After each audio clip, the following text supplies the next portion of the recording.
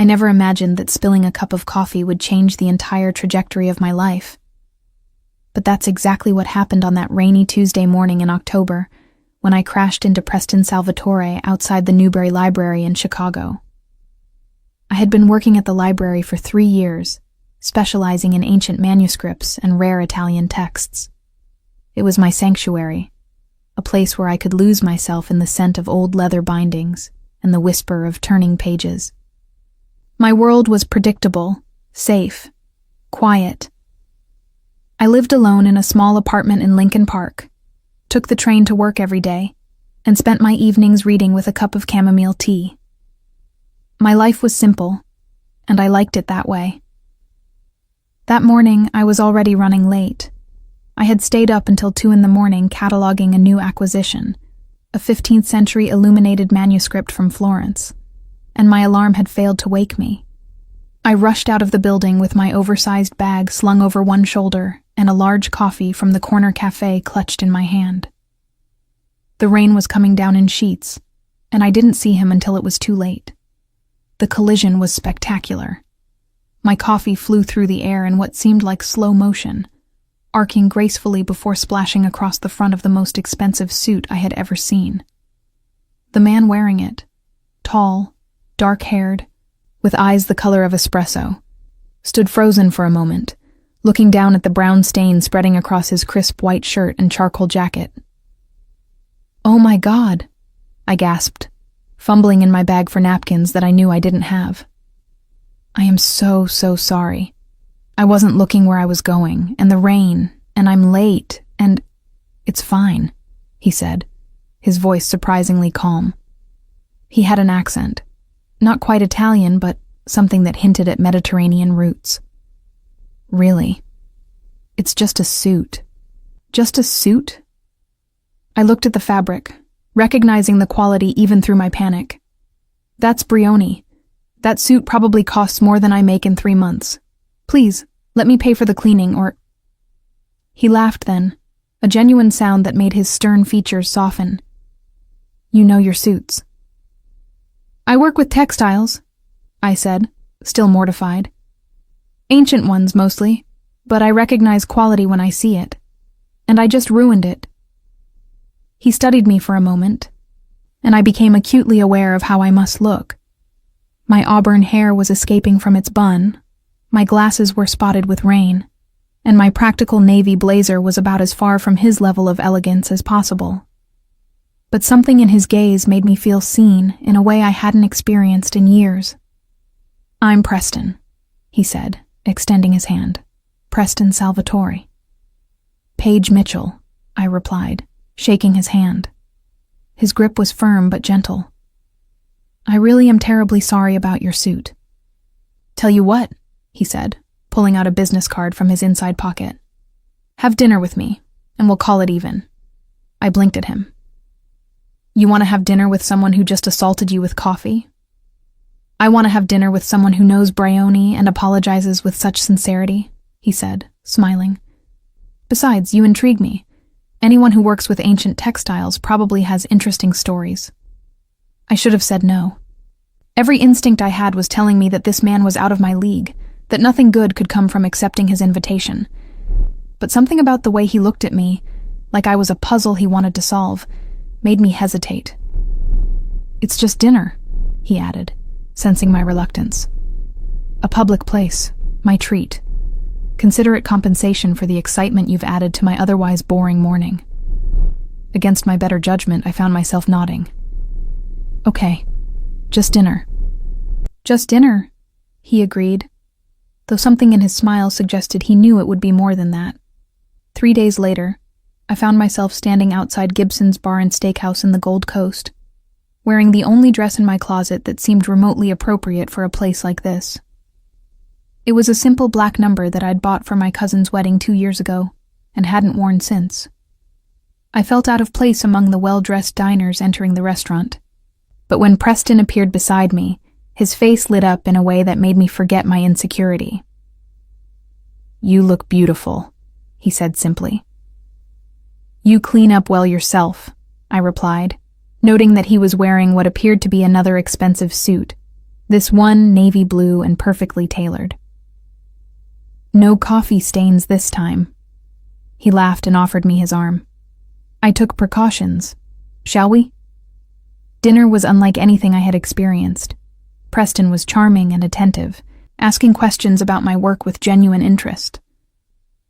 I found myself telling him about the manuscripts I studied, the thrill of discovering a previously unknown text, the way certain documents could change our understanding of history. "You love what you do," he observed, watching me with those dark eyes.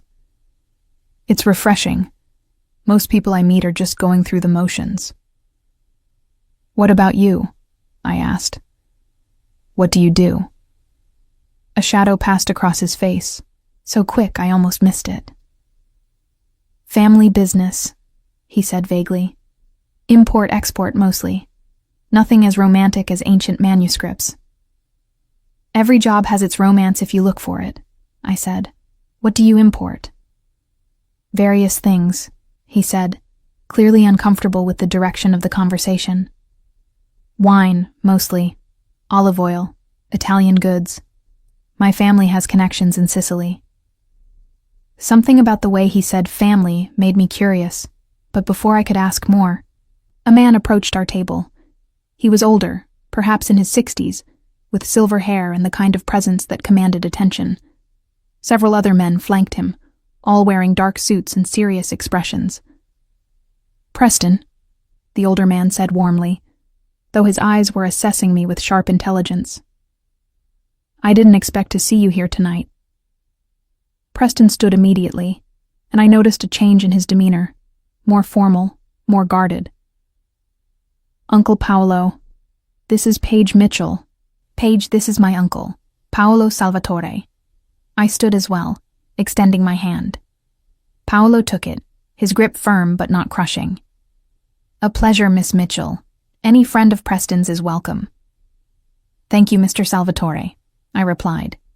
Then, without thinking, I added in Italian, "È un onore fare la sua conoscenza." "It's an honor to make your acquaintance." The effect was immediate and startling. Paolo's eyes widened, and the men around him tensed visibly. Preston's hand found my elbow, his grip tightening slightly. "You speak Italian," Paolo said slowly, also switching to Italian.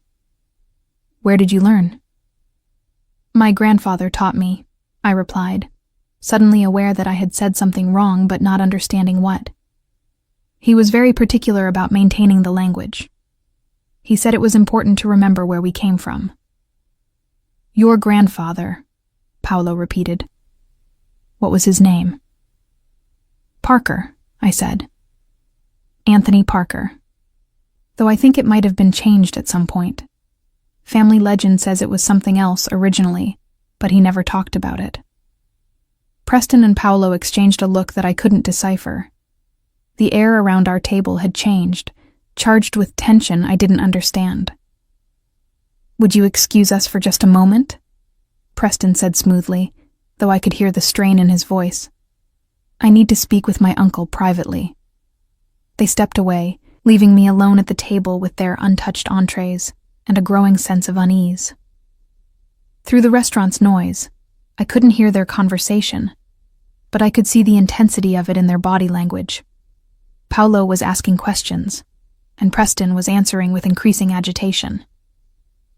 When they returned, Paolo's demeanor had changed entirely. He looked at me not with casual interest, but with something approaching wonder or fear. I couldn't tell which. "Miss Mitchell," he said carefully, "would you be willing to attend a charity event tomorrow evening? It's a fundraiser for the Chicago Italian Cultural Center. Your knowledge of Italian culture would be most welcome." I glanced at Preston, trying to read his expression. He nodded slightly, though I could see concern in his eyes. "I suppose I could," I said hesitantly, "if Preston will be there." "Oh, Preston will definitely be there," Paolo said, something unreadable in his tone. "The whole family will be there. I think you'll find it very interesting, Miss Mitchell." Very interesting indeed. After they left, Preston sat down heavily, running his hand through his hair in a gesture of frustration. "What just happened?" I asked. "I'm not entirely sure," he admitted. "But I think you may have just become very important to some very powerful people. Paige, I need to ask you something, and I need you to be completely honest with me. Do you know anything about your family history, where your grandfather came from in Italy?" "Sicily," I said. "Somewhere near Palermo, I think. But he never talked about it. He left when he was young and never went back. My grandmother said he had nightmares about it until the day he died." Preston closed his eyes briefly, and when he opened them again, they were filled with something that looked like dread. "What?" I demanded. "Preston, you're scaring me." "Your grandfather," he said quietly. "Parker wasn't just a random name change. He was hiding. And I think I know what he was hiding from." The next evening, I stood in front of my closet with growing panic. A charity gala for the Italian Cultural Center wasn't something I had clothing for. My usual wardrobe consisted of practical blazers and comfortable slacks suitable for a day among dusty manuscripts. The only dress I owned, the black one I'd worn to dinner with Preston, suddenly seemed woefully inadequate. Preston had texted me the address and time, along with a message that made my stomach flutter with anxiety. "Wear something nice. This is more formal than last night. And Paige, be careful what you say tonight." What did that mean? Be careful what I say? I had replayed our dinner conversation 100 times, trying to understand what had changed when I spoke Italian to his uncle. The way Paolo had looked at me, the tension that had filled the air. It felt like I had accidentally triggered something dangerous without knowing what it was. A knock on my door interrupted my spiraling thoughts. When I opened it, I found a delivery man holding a large garment bag and a smaller box. "Paige Mitchell?" he asked. "Yes?" "Delivery for you. Sign here, please."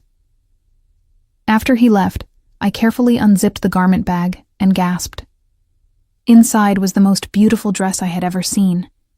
A deep emerald green that shimmered when it caught the light, with a fitted bodice and a flowing skirt that would fall to just above my knees. The fabric felt like liquid silk under my fingers. The smaller box contained a pair of elegant heels in black, perfectly sized, and a simple note in bold handwriting. "You'll need these tonight. Trust me. P." I should have been offended.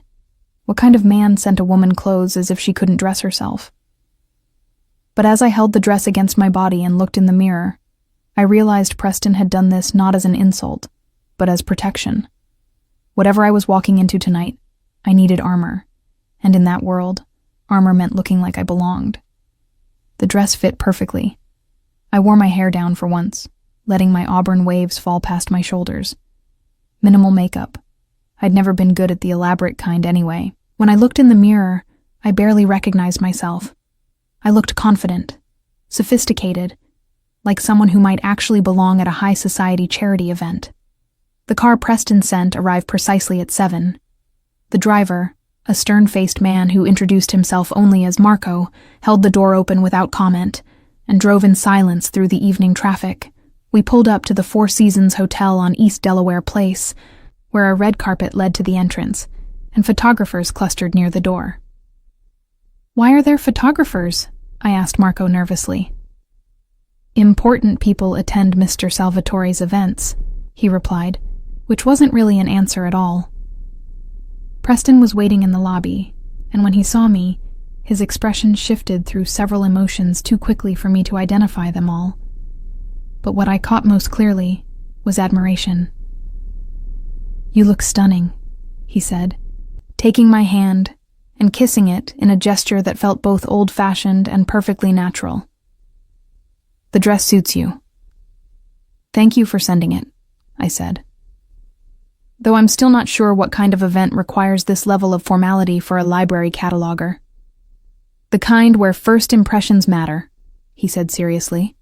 "Paige, before we go in, I need to tell you something. My family, we're not just in the import business.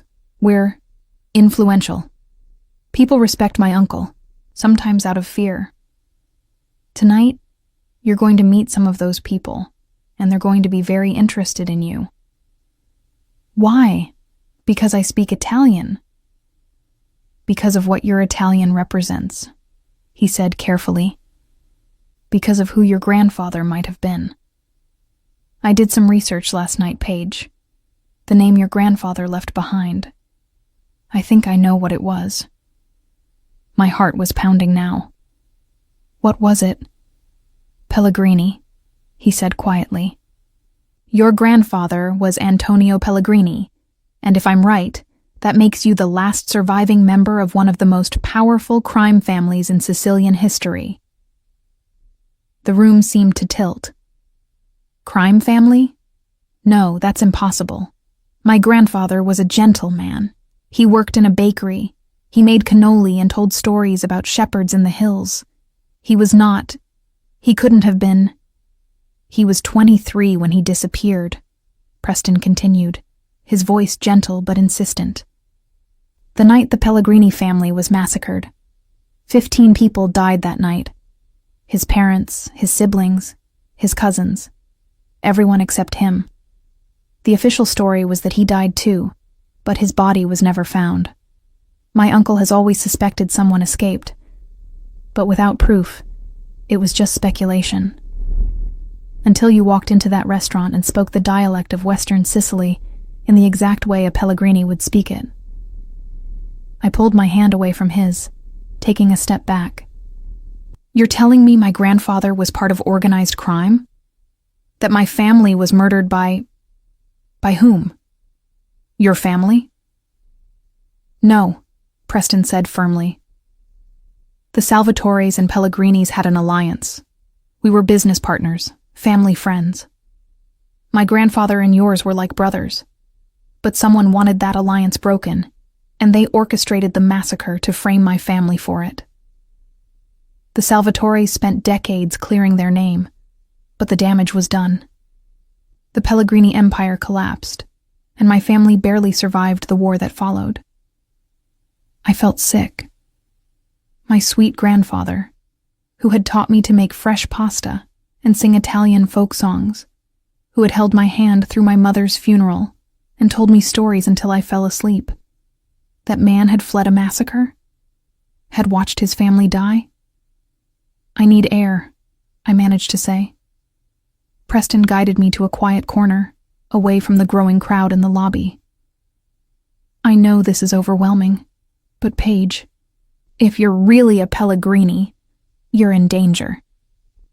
The same people who orchestrated that massacre are still out there, still powerful.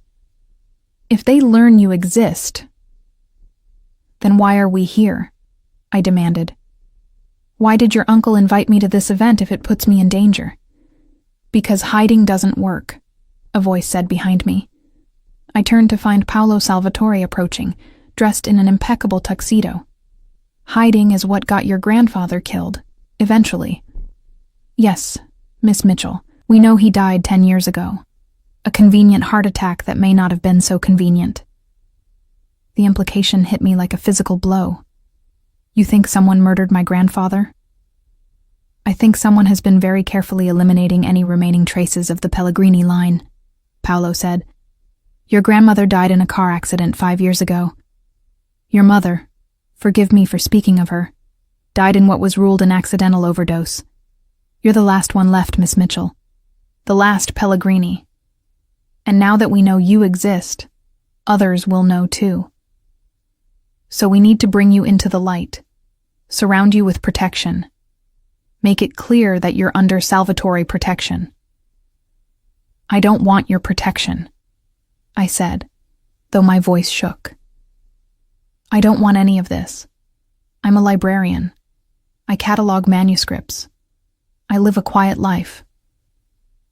You're the heir to an empire, Paolo said softly. Whether you want it or not. Your grandfather may have hidden that from you, but the blood in your veins doesn't lie. Tonight, we announce that the Pellegrini line survives. We make it clear that anyone who comes after you will answer to the Salvatores. It's the only way to keep you safe. I looked at Preston. searching his face for some sign that this was all an elaborate joke. But his expression was grave, concerned. He believed every word his uncle was saying. And if I refuse, if I just walk away right now, then you'll be dead within a month, Paolo said bluntly. The only reason you've survived this long is because you've been invisible. The moment you spoke to me in Italian, the moment someone realizes who you are, that invisibility ends. Your only chance is to step into the light protected.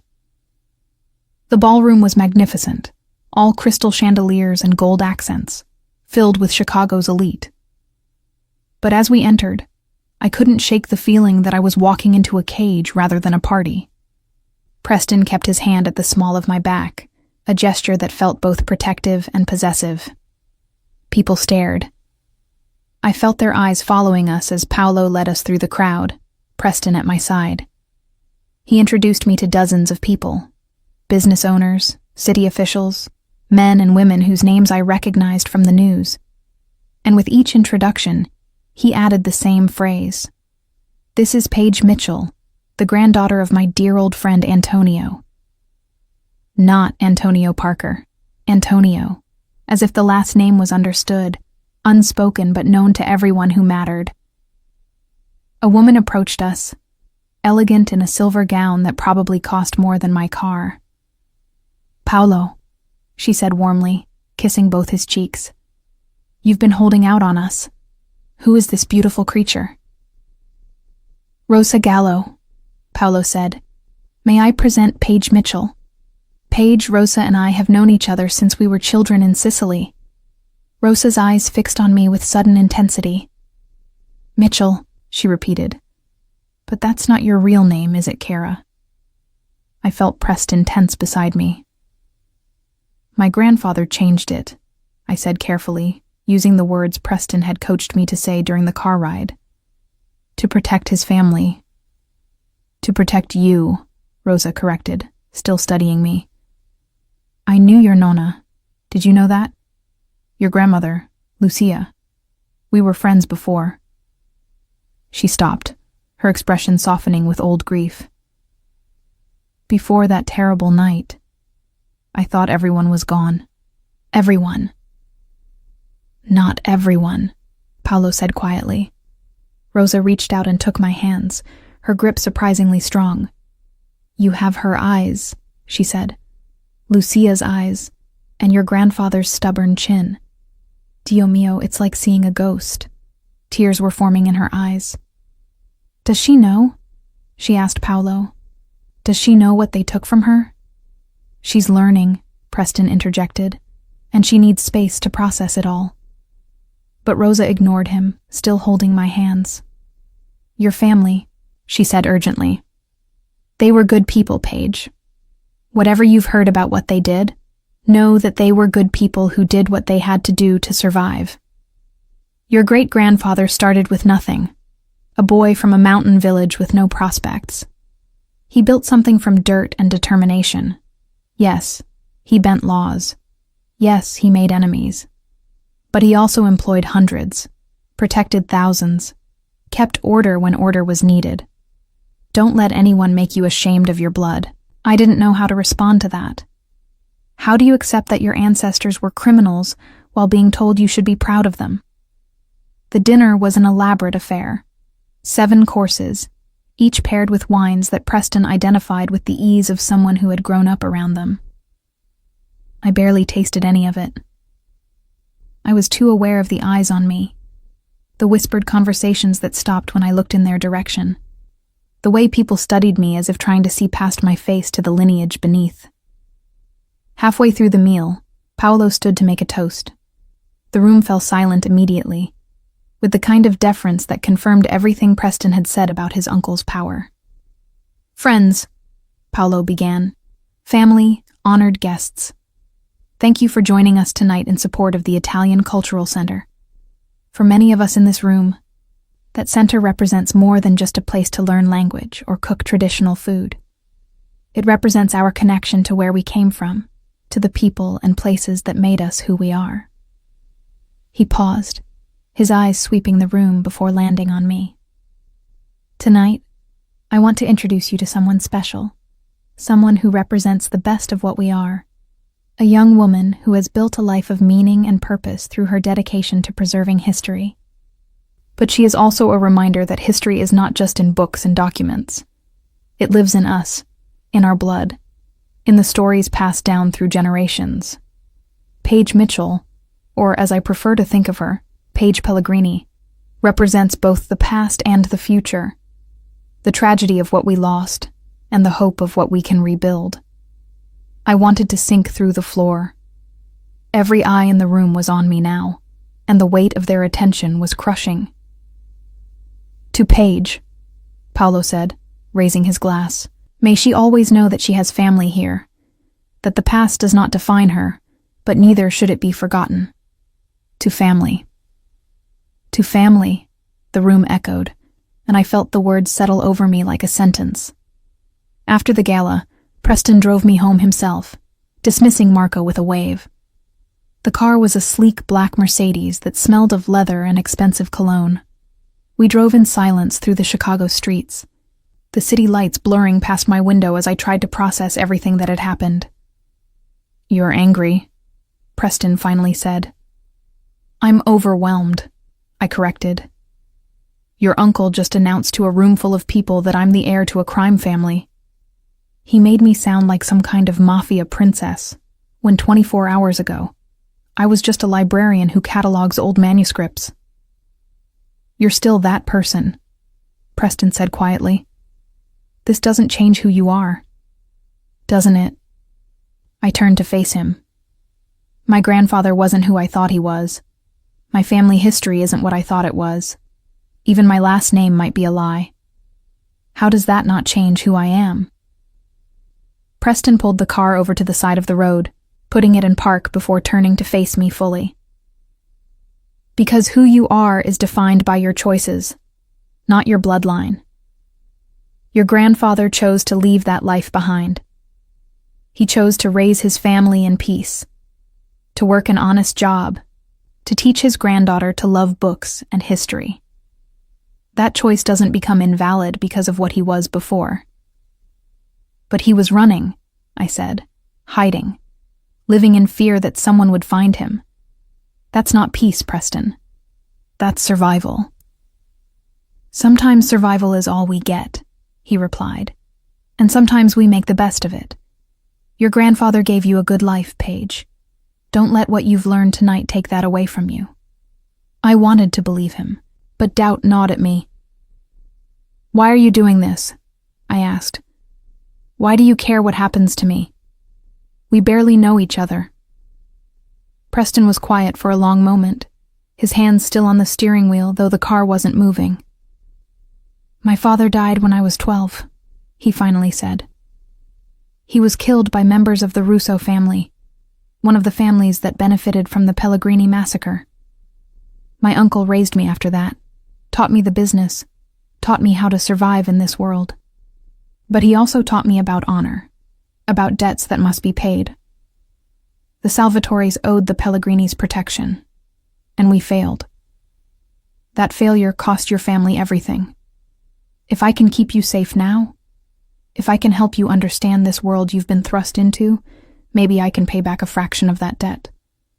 "Is that all I am to you?" I asked.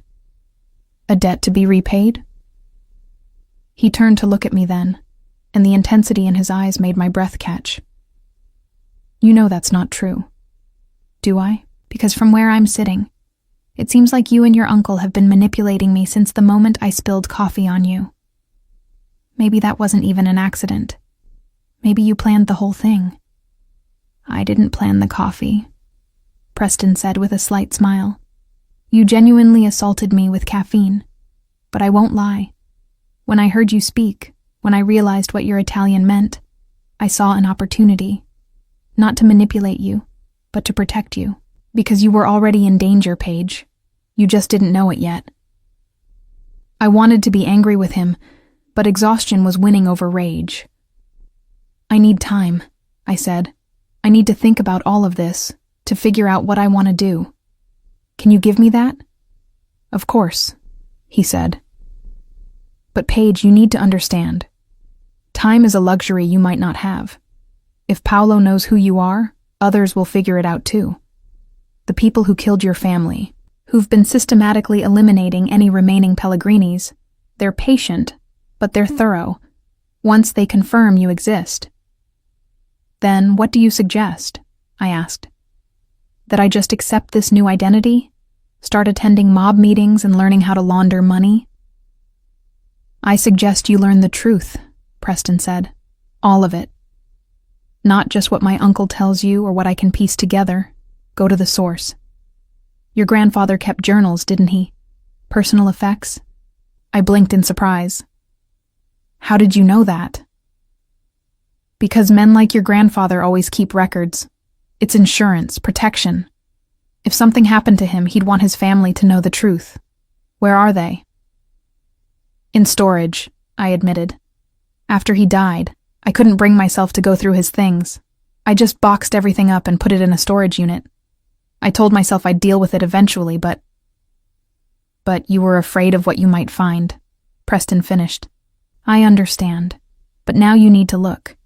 You need to see what he left for you. The storage unit was in a facility on the northwest side, the kind of place with fluorescent lights and concrete floors that smelled faintly of dust and mildew. I hadn't been here in years, but the combination to the lock was still in my phone. Preston waited while I opened the rolling door, revealing stacks of boxes labeled in my own handwriting from a decade ago. There, I said, pointing to a cluster of boxes in the back corner. Those are his personal things.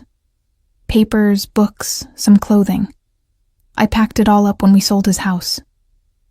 We carried the boxes to a small office the facility manager let us use, spreading their contents across a folding table. Preston went through them methodically, examining each item carefully. Old photographs, letters in Italian, business receipts from the bakery. Normal things, ordinary things. Nothing that suggested a dark past. But then Preston found it. A leather-bound journal hidden in the false bottom of a wooden box that had held my grandfather's watch collection. Here, he said quietly, handing it to me. The leather was worn smooth, the pages yellowed with age. I opened it carefully, seeing my grandfather's handwriting, precise and elegant, in Italian. The first entry was dated 1987, the year I was born. Oggi è nata mia nipote, I read aloud, translating automatically. Today my granddaughter was born. Maria has named her Paige, an American name for an American child. Good. She should have no connection to what we were, to what I was. She will grow up clean, innocent of the blood that stains my hands. My voice broke on the last words. Preston moved closer, his hand finding mine. Keep reading, he said gently. I turned the pages, skimming through entries about my childhood, my grandfather's joy at watching me grow up, his pride in my love of books. But scattered throughout were darker entries, confessions of a past he couldn't quite leave behind. I dream of that night still, one entry read. I see Lucia falling, my brother Marco with his throat cut, little Sophia crying for her mother. I should have died with them. I wanted to die with them. But survival is its own punishment. Every day I live is a day I betray their memory by hiding, by pretending to be someone else. Further on, I saw a man today who reminded me of Russo. The way he walked, the way he held his cigarette. It wasn't him. Russo is dead, killed in the war that followed our massacre. But his sons live, his grandchildren. They think they destroyed us all, but they're wrong. Paige survives. My sweet, innocent Paige, who knows nothing of vendetta or violence. She is my revenge, my victory. She lives, and that is everything. There's more, Preston said, pointing to an entry near the end of the journal. Read that one. The date was just 2 months before my grandfather's death. I'm being watched, he had written. After all these years, someone has found me. I see the same car on my street, the same faces in the bakery. They're careful, professional. They must know what I am, even if they don't know where Paige is. I have to protect her. I've made arrangements. Everything she needs to know is in the box. The real box. The one I gave to Father Dominic at St. Anthony's. If something happens to me, if this is finally the end, she'll need what's inside. She'll need the truth. I looked up at Preston. Father Dominic. I don't know any Father Dominic. St. Anthony's is in Little Italy, Preston said, already pulling out his phone. If your grandfather left something with a priest there, we need to get it. Tonight. It's after midnight, I protested. Which is exactly why we need to go now, Preston said grimly. If your grandfather left evidence, instructions, anything that proves your identity or reveals who killed your family, the people looking for you will be looking for it too. We need to get there first. St. Anthony's was a small brick church, tucked between newer buildings, its stained glass windows dark at this late hour. Preston called his uncle while we drove, speaking rapidly in Italian. By the time we arrived, Paolo was already there with 2 of his men, talking to an elderly priest in the doorway. Father Dominic, Paolo said as we approached. This is Paige, Antonio Pellegrini's granddaughter. The priest's eyes widened, his weathered face softening with recognition. Madonna mia, he breathed. He said you would come someday. He made me promise to wait, to keep it safe. Come inside. He led us through the dark church, past rows of pews and flickering votive candles, to a small office behind the sacristy. From a locked cabinet, he withdrew a metal box about the size of a shoebox, with a combination lock. He gave me this 10 years ago, Father Dominic said, the day before he died. He said if anything happened to him, I was to give it only to you, Paige. Only to you when you came asking for the truth. He said you would know when the time was right. My hands shook as I took the box. Did he tell you the combination? He said you would know it, the priest replied. A number that meant something to you both. I thought of all the numbers that might be significant. Birthdays, anniversaries, addresses. But then I remembered sitting with my grandfather in his kitchen, him teaching me to make his special cannoli filling. He had been particular about the measurements, insisting that there was a perfect ratio of ricotta to sugar to chocolate chips. Try 3:14:15, I said to Preston, who had taken the box from my trembling hands. The lock clicked open. Inside were documents. Passports, birth certificates, property deeds, all in the name Pellegrini. There were photographs, too. Images of a family I had never known. A beautiful woman who must have been my grandmother, young and smiling. A tall man with my eyes standing beside her, his hand protective on her shoulder. Children playing in what looked like a Mediterranean courtyard. Normal, happy scenes from before the world ended. But beneath the photographs was something else. A USB drive and a handwritten letter addressed to me. My dearest Paige. I read aloud, my voice barely a whisper. If you are reading this, then I am gone, and you have learned the truth about what we were. I am sorry, cara mia, more sorry than words can express, that I could not give you the complete truth while I lived. But I was afraid that knowing would put you in danger. Afraid that you would hate me for the things I did, the world I came from. I had to stop, tears blurring the words. Preston's hand found my shoulder, steady and warm. The USB drive contains evidence, the letter continued. Names, dates, bank records, communications, everything I gathered about the night my family died. I spent decades investigating, following leads, bribing informants. I know who ordered the massacre. I know who pulled the triggers. I know why they did it. This information is dangerous, Paige. It implicates powerful people.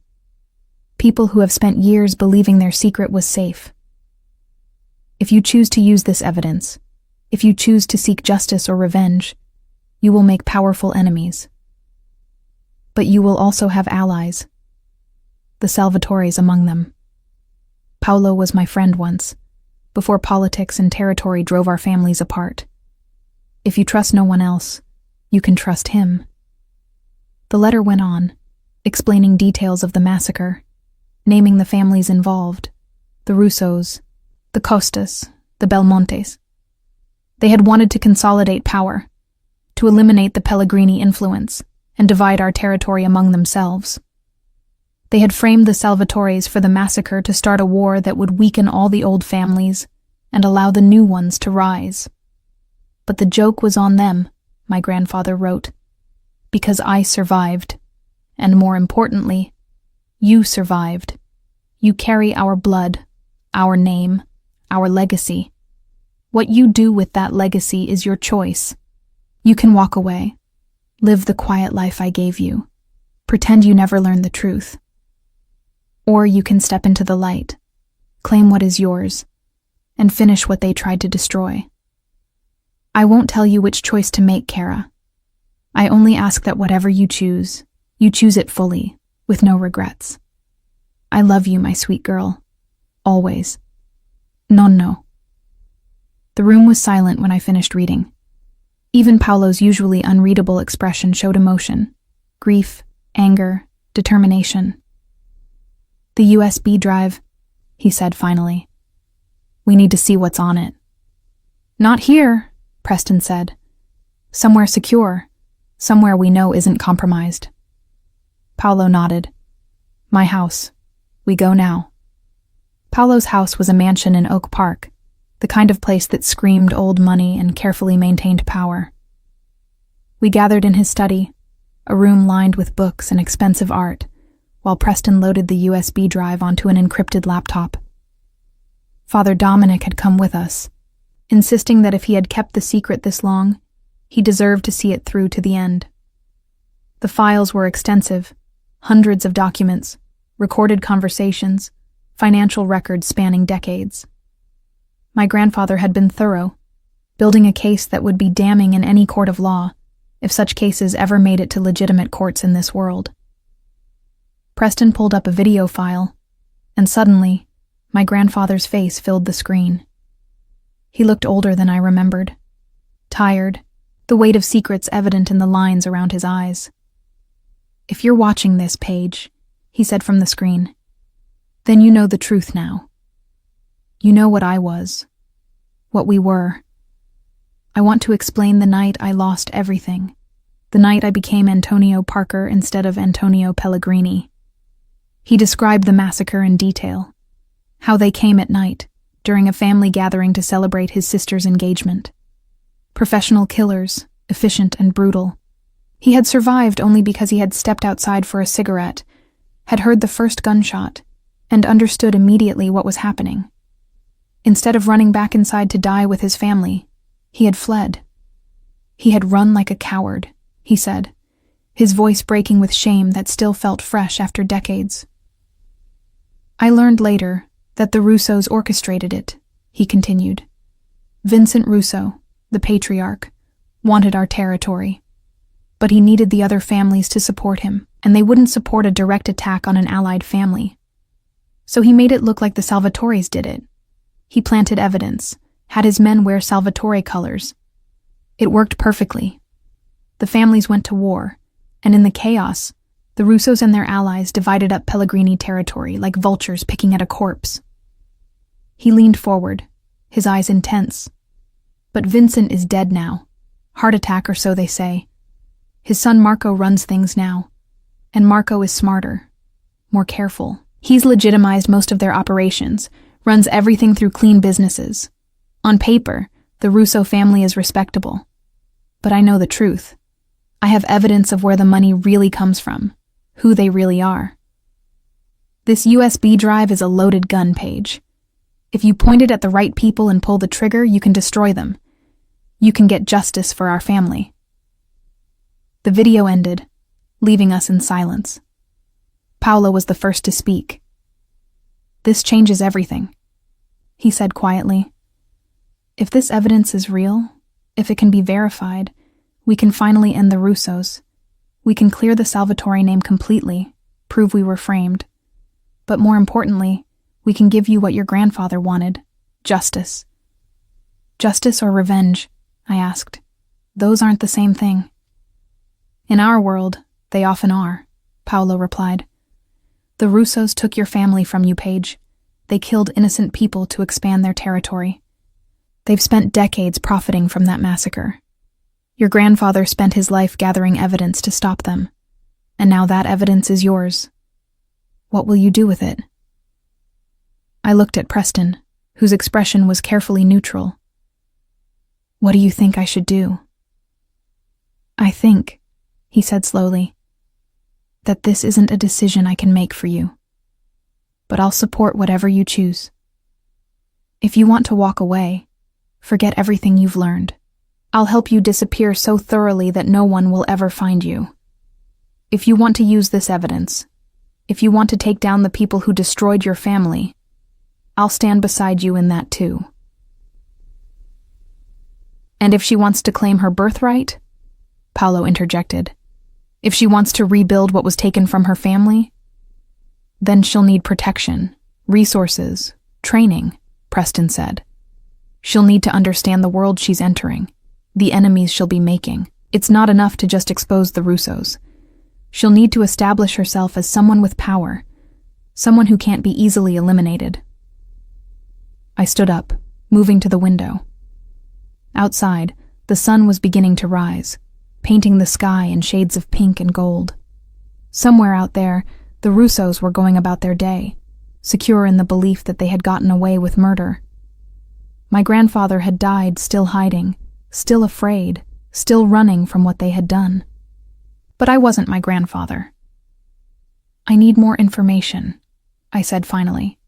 Before I make any decisions, I need to understand exactly what my grandfather found, what he documented. I need to know the full scope of what I'm dealing with. Smart, Paolo said approvingly. We'll go through everything, verify it all, and then you'll decide. And I need to go to Sicily, I added. I need to see where my family came from, understand who they really were. Everything I know about them comes from my grandfather's stories and these documents. But I need to walk the ground they walked, see the places they lived. I can't make an informed choice without understanding my own history. Preston frowned. Sicily is dangerous for you right now. If the Russos learn you're there, if anyone recognizes you, then you'll come with me, I said, turning to face him. You offered to help me, to protect me. I'm taking you up on that offer. We go to Sicily, we learn the truth, and then I make my decision. But I make it with full knowledge, not just fragments and fear. I like her, Father Dominic said quietly from his corner. She has her grandfather's courage. She has her grandmother's stubbornness, Paolo corrected, but he was smiling. Very well, Paige. You'll go to Sicily, but not alone. Preston will accompany you, and I'll arrange for local protection. You'll have 3 weeks. Use them wisely. The next 2 days were a blur of preparation. Preston handled the logistics. Flights, accommodations, contacts in Sicily who could provide information and security. I used the time to go through my grandfather's documents more carefully, memorizing names and places, trying to build a mental map of the world I was about to enter. My co-worker at the library, Marcus, was confused when I requested an extended leave. You never take time off, he said. Are you okay? Is something wrong? Family business, I replied, which was technically true. Something I need to take care of. In Italy?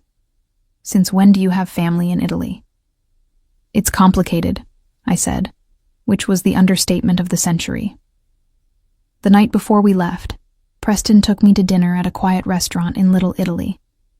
We sat in a corner booth, mostly in silence, both lost in our own thoughts. You don't have to do this, he said finally. We can still walk away. I can arrange new identities, relocate you somewhere far from all of this. You could go back to being just Paige Mitchell, librarian, living a quiet life. Could I, though? I asked. Now that I know the truth, can I really just pretend it doesn't exist? Can I walk past St. Anthony's without thinking about that box? Can I look at my grandfather's picture without wondering about all the things he never told me? No, he admitted. Probably not. And what about you? I asked. Why are you really doing this? Your uncle said it's about honor, about paying a debt. But there's more to it than that, isn't there? Preston was quiet for a long moment, his fingers tracing patterns on the tablecloth. My father died trying to prove the Salvatores didn't murder the Pellegrinis, he finally said. He spent years investigating, trying to find evidence that would clear our name. The Russos killed him before he could finish. I was 12, and I swore I would complete what he started. When you walked into my life, when I realized who you were, I saw a chance to finally finish what my father began, to give him the justice he died seeking. So I'm a means to an end, I said, trying to keep my voice neutral. You were, he said, meeting my eyes. At first. But somewhere between the coffee shop and tonight, you became something else. Someone I care about. Someone I want to protect, not because of who you were born to be, but because of who you are. I didn't know what to say to that. The air between us felt charged, full of words we weren't quite ready to speak. I'm scared, I admitted quietly. I've spent my whole life in libraries, surrounded by books and history. I don't know how to be a Pellegrini. I don't know how to exist in your world. Then don't, Preston said simply. Don't try to be what you think you should be. Just be yourself.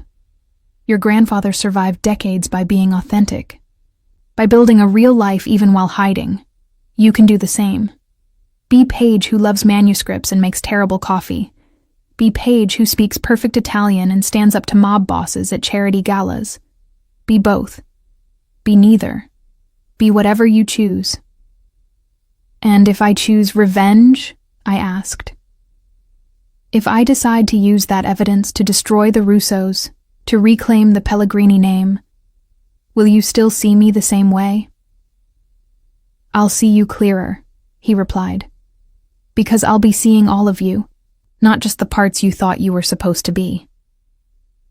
The flight to Sicily was long, giving me too much time to think. Preston sat beside me, working on his laptop while I stared out the window at the Atlantic passing below. We were crossing an ocean, but I felt like I was crossing so much more, crossing from one life into another, from ignorance into knowledge, from safety into danger. What do you think I'll find there? I asked him, as the coast of Sicily came into view. I think you'll find answers, Preston said, but also more questions. That's how the truth usually works. It doesn't simplify things. It just makes them more clear. Is that supposed to be comforting? It's supposed to be honest. We landed in Palermo in the late afternoon, the Mediterranean sun turning everything golden. A car was waiting for us, driven by a man Paolo had vouched for, Matteo, middle-aged and taciturn, who spoke more with glances than words. The drive took us away from the city, into the hills where my grandfather had been born. The landscape was beautiful, rolling hills covered in olive groves and vineyards, ancient stone buildings that seemed to grow from the earth itself. I understood suddenly why my grandfather had dreamed of this place, why he could never quite leave it behind, even when he fled halfway across the world. We stopped in a small village called Monreale, where my grandfather's family had owned land. Preston had arranged for us to stay in a converted farmhouse, private and secure, with views of the valley below. This was Pellegrini property once, Matteo told us in Italian as he showed us around. After the massacre, the Russos took it, but they abandoned it 10 years ago. Too much maintenance. Too far from their main operations. It's empty now, forgotten. Like the family who owned it, I said quietly. That night, I stood on the terrace and looked out at the stars, brighter here than they ever were in Chicago. Somewhere out there in the darkness were the answers I was seeking, the truth about who my family had been and why they had died. But I was also aware that with those answers would come choices I wasn't ready to make. Preston joined me, carrying 2 glasses of wine. "Can't sleep?" he asked. "Too many ghosts," I replied, accepting the glass. "Can you feel them? All the people who lived here before, who walked these paths, who probably stood right here looking at these same stars." "History isn't just in your manuscripts," Preston said. "It's in the land itself, in the stones and soil. Your family lived here for generations. They built things, raised children, made wine. They weren't monsters, Paige. They were people trying to survive in a difficult world, making hard choices." "But were they the right choices?" I asked. "My grandfather ran away rather than stay and fight. Was that courage or cowardice?" "It was survival," Preston said. "And survival is never as simple as right or wrong. He chose life over death, peace over war. That took its own kind of courage." I turned to face him, this man who had become so central to my life in such a short time. "What happens after this?" I asked. "After we find the truth, after I make my decision, what happens to us?" "That depends on what you decide," he said carefully. "If you choose to walk away, to go back to your quiet life, I'll let you go. It will hurt, but I'll respect your choice. But if you choose to stay, if you choose to embrace this world, then what? We live happily ever after in the middle of mob politics and blood feuds. Then we figure it out together," he said simply. "No promises of happily ever after.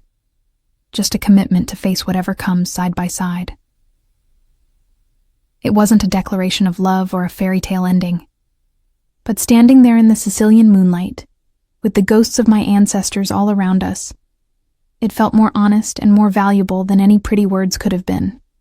The next morning, we drove deeper into the countryside to meet with Rosa Gallo, the woman from the gala who had known my grandmother. She lived in a sprawling villa on the outskirts of Corleone, a town whose name had become synonymous with organized crime thanks to movies and books, though Rosa insisted the reality was far more complex. "Your grandfather grew up not far from here," she told me as we sat in her garden, shaded by ancient olive trees. "The Pellegrinis were respected, feared even, but also loved. They employed people, protected them. In these parts, government was often corrupt or absent. Families like yours filled that void. Was it legal? No. Was it necessary? That's a harder question to answer." She showed me photographs I had never seen. My grandfather as a young man, handsome and fierce, standing with people I didn't recognize. My grandmother, Lucia, beautiful in her wedding dress, laughing at something off camera. "Lucia was my dearest friend," Rosa said, her eyes growing distant. "We grew up together, shared everything. When Antonio chose her, I was so happy. They loved each other deeply, truly. The night of the massacre, I was supposed to be there. But my daughter was sick, and I stayed home. That illness saved my life." "Do you know what really happened that night?" I asked. "My grandfather's files say it was the Russos, but he could never prove the order came from Vincent Russo himself." Rosa's expression hardened. "Oh, it came from Vincent. I have no doubt of that. But you won't find proof in documents or recordings. Men like Vincent don't leave paper trails. They speak in implications, in carefully worded suggestions. They have layers of people between themselves and the violence. That's how they stay in power." "Then how do you know?" Preston asked, leaning forward. "Because I was married to Vincent's cousin, Carmine," Rosa said quietly. "Before the massacre, Carmine started drinking more, having nightmares. He would talk in his sleep about something big that was coming, something that would change everything.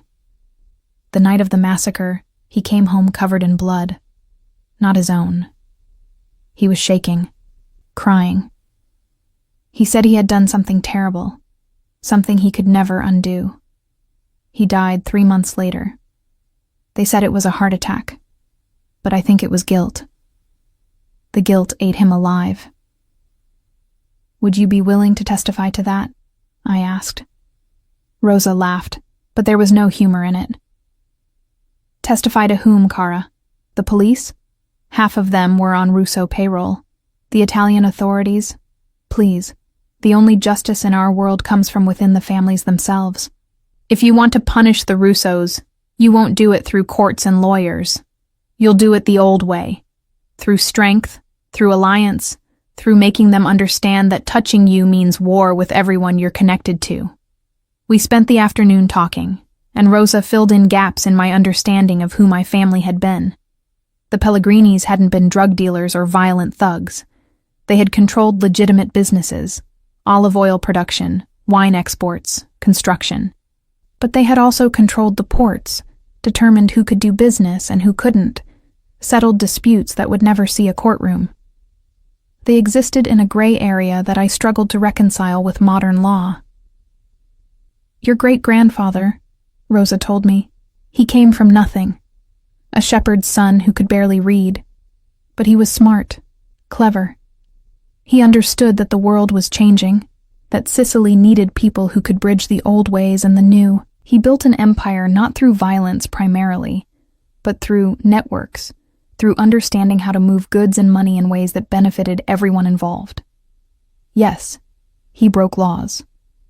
But he also built schools, paid for weddings, helped families survive when the government abandoned them. That doesn't make it right, I said. No, Rosa agreed. But it makes it understandable. And understanding is the first step toward wisdom. That evening, Preston and I drove to the cemetery where my family was buried. It was a small, ancient place on a hillside, with tombs dating back centuries. The Pellegrini plot was extensive. Generations of my family resting under marble and stone. I found my grandmother's tomb first. Lucia Pellegrini, beloved wife and mother. The dates were there, marking her all too short life. Someone had left fresh flowers recently, which surprised me. Rosa still visits, Preston said quietly. She told me she comes every week, even after all these years. She said Lucia was like a sister to her. I traced my fingers over the carved letters of her name. My grandfather used to tell me stories about her, how she made the best arancini in Sicily, how she could silence a room just by walking into it, how she laughed at all his jokes, even the terrible ones. I always thought they were just stories, fairy tales he invented to make the past seem better than it was, but she was real. She lived and loved and died violently, and he carried that with him every single day for the rest of his life. We found the other graves, too. My great-grandparents, aunts and uncles I'd never met, cousins whose lives were cut short. 15 people, murdered in one night, buried here in this quiet hillside.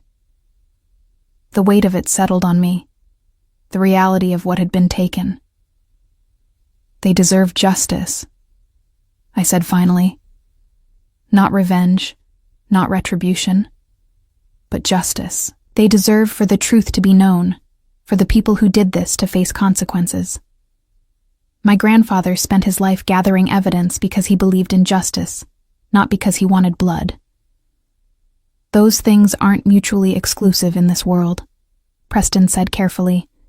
You can want justice and know that it might require actions you're not comfortable with. The question is, what are you willing to do? What lines won't you cross? I thought about that as we walked back to the car. What was I willing to do? I wasn't a killer. Wasn't someone who could order violence the way people in this world apparently did as casually as ordering dinner. But I also couldn't let the Russos continue to live comfortably, profiting from the deaths of my family. There had to be a middle ground, a way to seek justice without becoming the thing I was fighting against. The next few days were spent meeting with various people who had known my family. Old friends, business associates, people who remembered the Pellegrinis with respect or fear or both. Each conversation added layers to my understanding. My family hadn't been saints, but they hadn't been demons either. They'd been people trying to survive and thrive in a world with different rules than the one I'd grown up in. I also learned more about the Russos.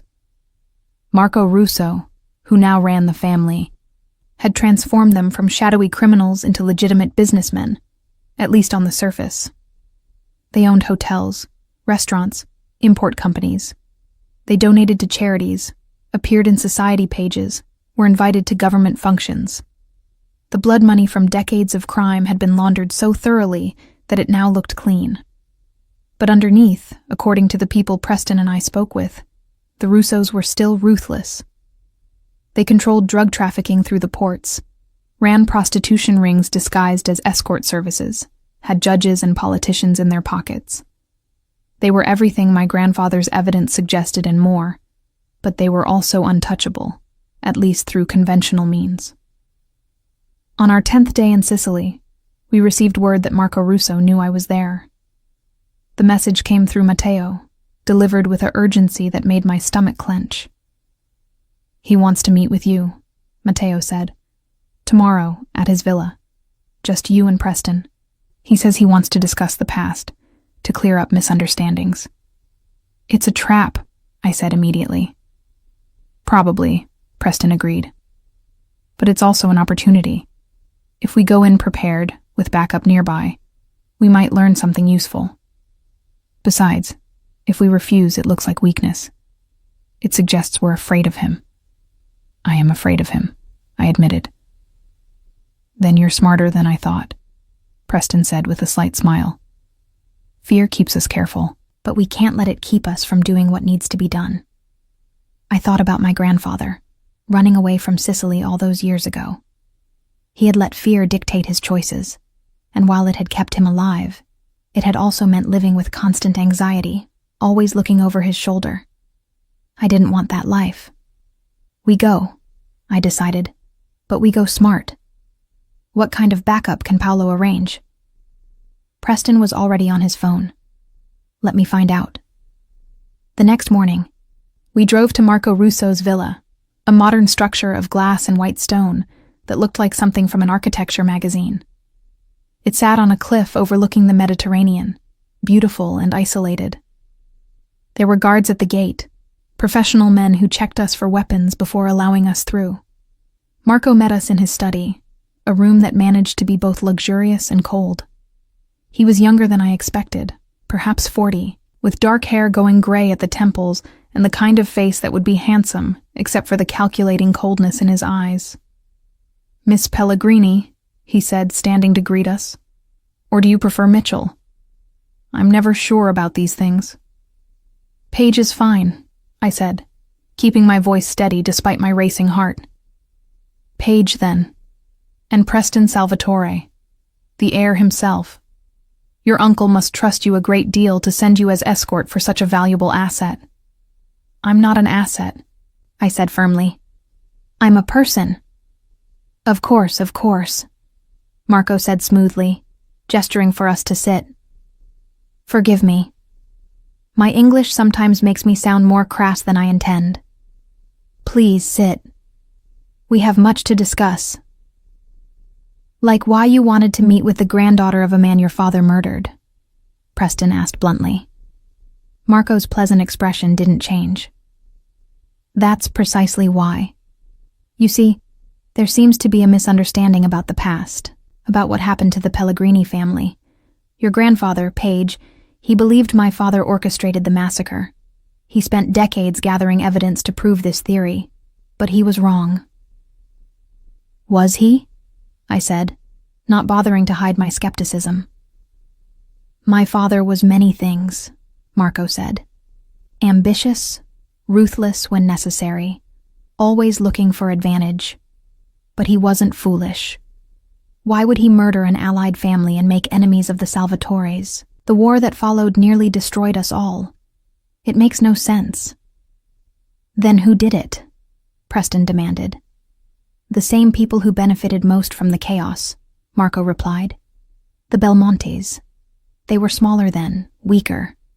They wanted to expand but couldn't challenge either the Pellegrinis or the Salvatores directly.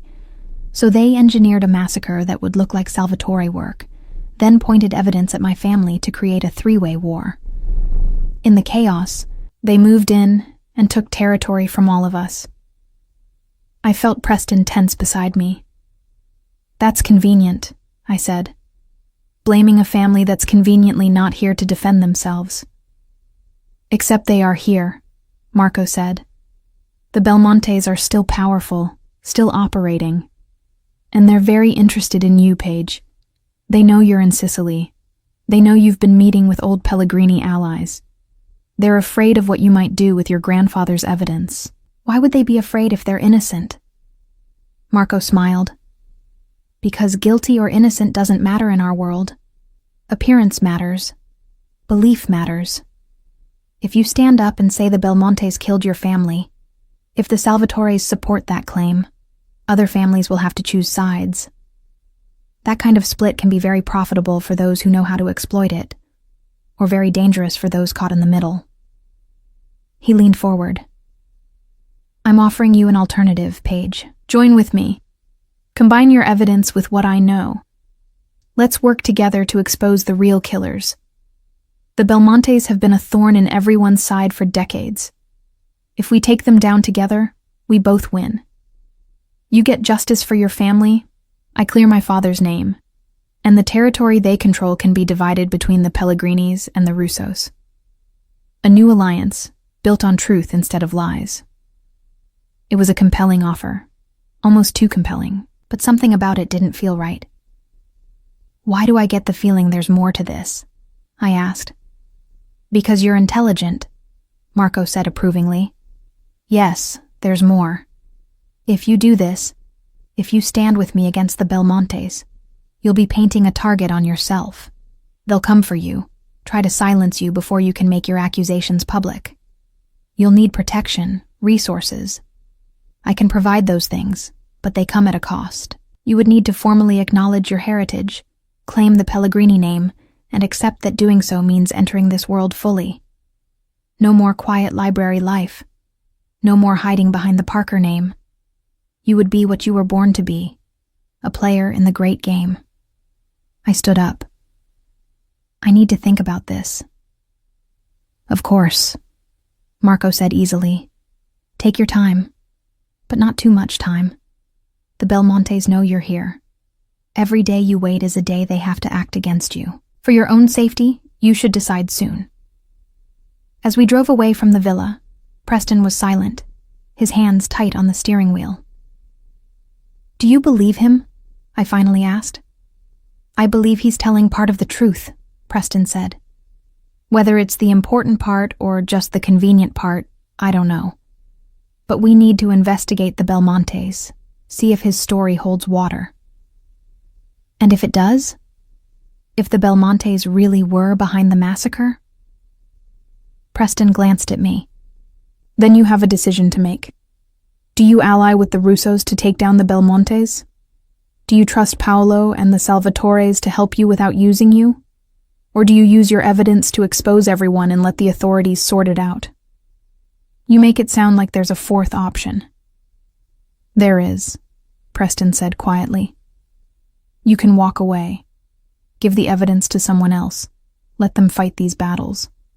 Return to Chicago, to your library, to your quiet life. No one would blame you. But I knew, even as he said it, that walking away wasn't really an option anymore. I had gone too far, learned too much. The ghosts of my family were real now, not just stories. I couldn't abandon them again. The investigation into the Belmontes took another week. Preston had resources I hadn't known about. Investigators, informants, people who could dig through decades-old records and find truths buried under layers of lies. What we discovered was both illuminating and troubling. Marco Russo had been telling the truth, but only part of it. The Belmontes had indeed orchestrated the massacre, using members of several families including the Russos to carry it out. But Vincent Russo hadn't been an innocent dupe. He had known what was happening and had participated willingly, seeing an opportunity to eliminate a rival and blame the Salvatores simultaneously. The Belmontes had simply been better at covering their tracks, making sure all evidence pointed to Vincent while they remained in the shadows. In other words, everyone was guilty. The Belmontes had planned it, the Russos had executed it, and the Salvatores had been framed for it. My family had died in a web of betrayal so complex that even 35 years later, the truth was difficult to untangle. I was sitting on the terrace of our farmhouse, watching the sun set over the Sicilian hills, when Rosa arrived unexpectedly. She moved with purpose, her usual warmth replaced by urgency. "You need to leave Sicily," she said without preamble. "Tonight, if possible." "What's happened?" Preston asked, immediately alert. "The Belmontes know you've been investigating them. They've sent people to deal with you, professional people. I have a friend who works in their organization. She warned me, out of loyalty to your grandmother's memory. You have maybe 12 hours before they find you here." My first instinct was fear. But then, surprisingly, it was replaced by something else. Anger. I was tired of running, tired of hiding, tired of letting fear dictate my choices. My grandfather had run, and it had cost him everything. His home, his identity, his peace of mind. He had lived in shadows for 35 years. I wouldn't do the same. "No," I said firmly. "I'm not running." "Paige," Preston started. "I'm not running," I repeated. "My grandfather ran, and they still caught up with him eventually. They murdered him in his own home, made it look like natural causes, and got away with it. If I run now, they'll just chase me for the rest of my life. I'm done being prey." Rosa studied me with something like approval. "Then what will you do?" "I'll use the evidence my grandfather gathered, all of it. I'll expose everyone. The Belmontes, the Russos, even the Salvatores if they were involved in any cover-up. I'll shine such a bright light on all of this that they can't kill me without confirming everything I've said. I'll make my family's story so public that silence becomes impossible." "That's suicide," Preston said flatly. "You'll make enemies of everyone." "Or I'll make them afraid to touch me," I countered. "You said it yourself. Appearance matters in your world. If I stand up publicly, if I tell the truth without fear, I become dangerous in a different way. I'm not someone they can quietly eliminate. I become a symbol, a rallying point. They'll have to negotiate with me, or risk looking weak." "She's right," Rosa said slowly. "It's insane, but it's right. The only way to survive in our world when you're outnumbered is to be too expensive to kill. Make yourself into someone whose death would cause more problems than it solves." Preston ran his hand through his hair, a gesture of frustration I'd come to recognize. "Even if that works, even if you become untouchable through exposure, you'll still be entering a world you don't understand. You'll need allies, protection, guidance. You'll need the Salvatores." "Then I need to talk to your uncle," I said. "Tonight, we go back to Chicago, and I make my position clear. I'm not asking for permission or approval. I'm telling him what I'm going to do, and he can either support me or stay out of my way." We flew back to Chicago the next day. The plane ride gave me time to organize my thoughts, to plan what I would say to Paolo. Preston tried multiple times to talk me out of it, to convince me that there were safer approaches. But for the first time since this entire situation began, I felt certain of my path. Paolo's surprise at our early return quickly turned to concern when I explained what had happened in Sicily. "The Belmontes sent assassins after you?" he said, his face darkening. "This is more serious than I thought. Marco Russo was right. They're afraid of what you know, what you represent." "Then I'll give them something to really be afraid of," I said, and laid out my plan. I would hold a press conference, ostensibly to announce the establishment of the Pellegrini Foundation for Italian Cultural Heritage. But during that conference, I would tell my family's story. All of it. The massacre, the cover-up, the decades of lies. I would release my grandfather's evidence to multiple media outlets simultaneously, making sure copies existed beyond anyone's ability to suppress them. I would name names, show documents, provide proof that the respectable businessmen and politicians who now claimed legitimacy had built their empires on blood and murder. "You'll be declaring war," Paolo said, "not just on the Belmontes and Russos, but on everyone who has benefited from keeping the past buried. They'll come after you. Paige. They'll come with lawyers and threats, and eventually, when those don't work, with violence. Which is why I need your help," I said. "Not to hide or run, but to stand and fight. I'm not asking you to like my methods or agree with my choices. I'm asking you to honor the alliance your family had with mine. Protect me while I do this, and in return, I'll use my position to help you achieve what you've wanted for decades. Legitimacy. Real legitimacy, not just the appearance of it." "How?" Paolo asked, leaning forward with interest. "By being the bridge," I said. "I'm an outsider, raised American, educated, with no criminal record and no connection to any of your operations. But I have the Pellegrini name and blood. I can be the face of a transformation, the old families moving away from criminal enterprise and toward legitimate business. I can help you negotiate with authorities, smooth over relationships, open doors that have been closed. But only if I'm respected. Only if everyone knows that I have the full support of the Salvatores and that touching me means war." Paolo was quiet for a long time, considering. Finally, he looked at Preston. "What do you think?" "I think she's either brilliant or insane," Preston said. "Possibly both, but I also think she's right. The old way isn't working anymore. The families that aren't adapting are dying out or getting arrested. Paige represents a new approach, a way to transform the legacy of the past into something different. It's risky as hell, but it might actually work." "And where do you stand in all this?" Paolo asked his nephew. "Because if we do this, if we support Paige in this incredibly dangerous gambit, you'll be deeply involved. Your life will be tied to hers." Preston looked at me, and I saw in his eyes a mixture of emotions, fear, determination, and something deeper that made my heart race. "I'm exactly where I want to be," he said. The press conference was held 3 weeks later, time we spent preparing meticulously. Lawyers vetted every document, every claim. Security was increased around me to a suffocating degree. I couldn't go anywhere without armed guards, couldn't make a phone call without worrying it was monitored. But I refused to back down.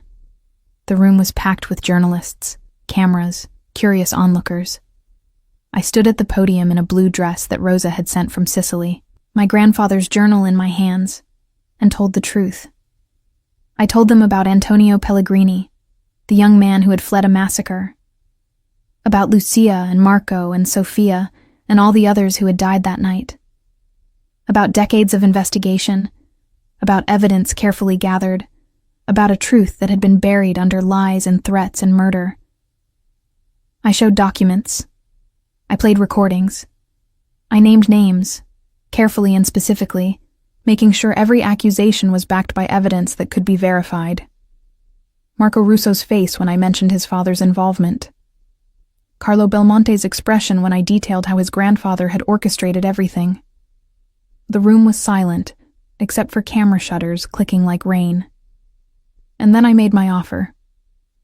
I announced the Pellegrini Foundation, funded by properties and assets that my grandfather had hidden away, preserved through decades of careful planning. The foundation would support Italian cultural programs, but it would also work with families wanting to transition away from criminal enterprise. It would provide legal assistance, business development resources, education. It would be a path out for anyone brave enough to take it. The world my grandfather came from, I said, looking directly into the cameras, was a world where family meant everything, where loyalty was survival, where the line between right and wrong was blurred by necessity. But it was also a world of violence and fear, where children grew up expecting to die young, where trust was a weakness that could get you killed. That world is dying, as it should. But the people in it don't have to die with it. They can change. They can build something better. That's what this foundation represents. Not forgetting the past, but transforming it into something new. The questions that followed were aggressive, skeptical. Journalists demanded to know if I was afraid, if I had proof of my claims, if I was working with law enforcement. I answered honestly, yes, I was terrified. Yes, I had proof, and they would all receive copies. And no, I wasn't working with authorities directly, though I had shared information with them. This isn't about arrests or prosecutions, I said. This is about truth.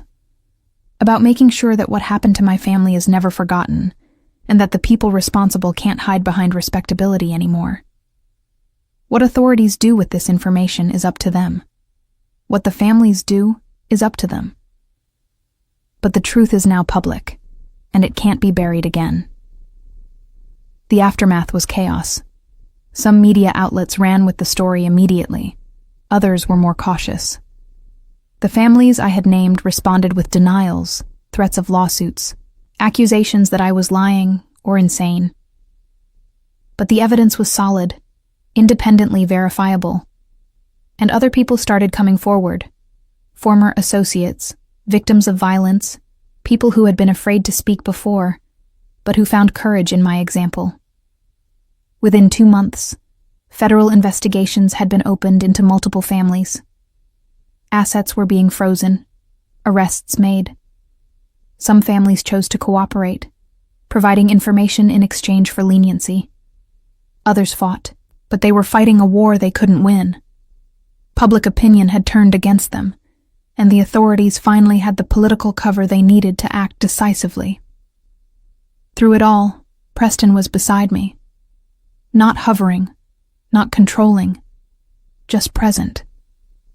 He became my translator into the world I'd entered, helping me navigate politics I didn't understand, protecting me from threats I didn't see coming. But he also gave me space to be myself, to make my own decisions, to succeed or fail on my own terms. 6 months after the press conference, I received word that Marco Russo wanted to meet. We arranged it carefully, a public restaurant, neutral territory, with security on both sides. He looked older than when I'd seen him in Sicily, the stress of investigations and betrayals aging him rapidly. "You've destroyed my family," he said without preamble. "Everything my father built, everything I tried to legitimize, it's gone. The authorities have frozen our assets, arrested half our people. I'm probably next." "Your father destroyed my family," I replied calmly. "He murdered 15 people, including children. Whatever you're experiencing now is a fraction of what my grandfather lived with for 35 years. "I know," Marco said, and for the first time, I heard genuine regret in his voice. "You were right about everything. The Belmontes, the cover-up, all of it. And I was part of it, even if I didn't pull any triggers myself. I knew what my father did, and I benefited from it. So yes, I suppose I deserve what's happening." "Then why did you want to meet?" He slid an envelope across the table. "Because I want to make amends. That contains information about accounts my father maintained, money he set aside from the Pellegrini properties he seized. It's not everything, probably not even a significant portion of what was taken. But it's something. Consider it restitution, or an apology, or whatever helps you sleep at night." I looked at the envelope but didn't touch it. "Why are you doing this?" "Because I have a daughter," Marco said quietly. "She's 12, bright, full of potential. and she's growing up knowing her father is a criminal, that her grandfather was a murderer.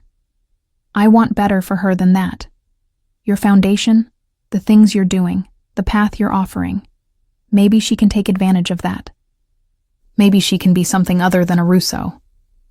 I picked up the envelope then, understanding what he was really saying. Bring her, I said, to the next foundation meeting. Let her see what's possible. He nodded, standing to leave. I was wrong about you, he said. I thought you were just a naive librarian playing at being a gangster. But you're something else entirely. You're what this world needs, someone who understands both sides, who can bridge the gap. I hope you survive long enough to make a real difference. I plan to, I said. A year after everything began, I stood in the same library where I'd once cataloged ancient manuscripts, but now in a different capacity. The Newberry had partnered with the Pellegrini Foundation to create a program documenting the history of Italian immigration to Chicago, including the difficult truths about organized crime's role in that history.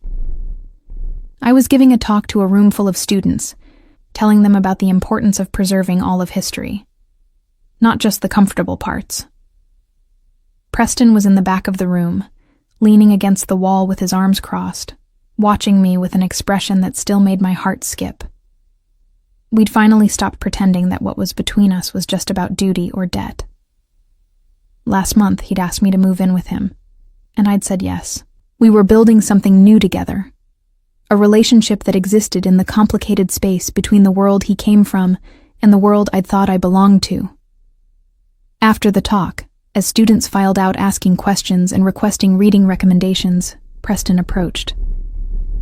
You're a natural at this, he said. Teaching, I mean. You make complicated things understandable. I had a good example, I said. My grandfather taught me that history isn't black and white. It's 1,000 shades of gray, and understanding it means accepting complexity without losing your moral compass. Is that what you think you're doing? Maintaining your moral compass while navigating the gray? I'm trying, I said honestly. Some days I'm more successful than others. There are things I've had to accept, compromises I've made, that the old Paige Mitchell would have been horrified by. But I also think I'm doing good work, real work. The foundation has helped a dozen families transition into legitimate businesses. We've supported 20 kids through college who would otherwise have been recruited into criminal organizations. That matters. It does, Preston agreed. More than you know. My uncle told me last week that for the first time in 50 years, there's real hope that the families can evolve into something different. You did that, Paige. You. With your press conference and your foundation and your stubborn refusal to be afraid. I'm always afraid, I admitted. I just don't let it stop me anymore. He pulled me close, and I rested my head against his chest, listening to his heartbeat. What do you think our life will look like? I asked. 5 years from now, 10 years. Do we get to be normal eventually? I don't think we were ever going to be normal, Preston said with a laugh. But maybe we can be happy. Maybe we can build something that honors where we came from, while also creating something new. A life that includes both the library and the boardroom, both quiet evenings with books and difficult negotiations with people who still think violence is the answer. That sounds exhausting, I said. It sounds like us, he countered. That evening, we visited my grandfather's grave. I did this once a month now, bringing flowers and telling him about what I was doing, what I was building with his legacy. Preston waited by the car, giving me privacy. I hope I made the right choice, Nono, I said quietly, arranging roses on the marble. I hope you'd be proud of what I'm doing with everything you left me. I didn't run away like you did, but I didn't seek revenge either. I chose something in between, truth and transformation. I claimed our name, but I'm using it to build bridges instead of burning them. The wind rustled through the cemetery trees, and I imagined it was his response, his approval. He had spent 35 years preparing for the moment when I would learn the truth, gathering evidence, planning for a future he wouldn't live to see. He had given me a choice, to hide or to fight, to forget or to remember. I had chosen to remember, but on my own terms. As I walked back to where Preston waited, I thought about the manuscript I was working on, a history of the Pellegrini family, honest and unflinching, meant to be part of the Foundation's archives. It would tell the whole story, the good and the bad, the violence and the love, the choices that led to destruction and the choices that led to survival. Because that's what history was, ultimately. A record of choices and consequences. My grandfather had made his choices, and they had shaped my life in ways I was still discovering. Now I was making my own choices, and they would shape the future in ways I couldn't yet predict. But standing there with Preston, with the Foundation growing, and families transforming, and a new path being forged out of an old legacy, I felt something I hadn't felt in a long time. Hope. Not naive hope that everything would be easy or perfect, but realistic hope that change was possible, that good could come from tragedy, that even a story that began with a coffee stain could lead somewhere meaningful. "Ready to go home?" Preston asked, offering his hand. I took it, lacing my fingers through his. "Yes," I said. "I'm ready." And I was. Ready for whatever came next, ready to face the challenges and opportunities of the life I had chosen, ready to be both Paige Mitchell, the librarian, and Paige Pellegrini, the bridge builder, ready to honor my past while creating my future. The ghosts of my family would always be with me, not haunting me, but guiding me, reminding me of where I came from and why it mattered. I was the last Pellegrini, but I didn't have to be the end of the story. I could be the beginning of something new, something better. As we drove away from the cemetery into the Chicago evening, I looked back one last time at the gravestones standing silent against the darkening sky. Then I turned forward, toward home, toward Preston, toward the future we were building together out of blood and books, violence and truth, fear and love. The story that had begun with a cup of coffee and a chance encounter had become something I never could have imagined. But then again, the best stories, the ones worth telling, worth living, were always the ones that surprised us, that took us places we never planned to go and made us into people we never expected to become. I was a librarian who cataloged manuscripts. I was the heir to a crime family. I was a bridge between worlds, a keeper of difficult truths, a builder of new possibilities. I was all of these things, and none of them, defined by my choices rather than my circumstances, shaped by my actions rather than my bloodline. And as Chicago lights flickered to life around us, illuminating the city that had become the stage for both my grandfather's flight and my stand, I knew with certainty that whatever came next, I would face it not by running or hiding, but by standing firm in who I had chosen to be. Complicated, flawed, determined, and finally truly free.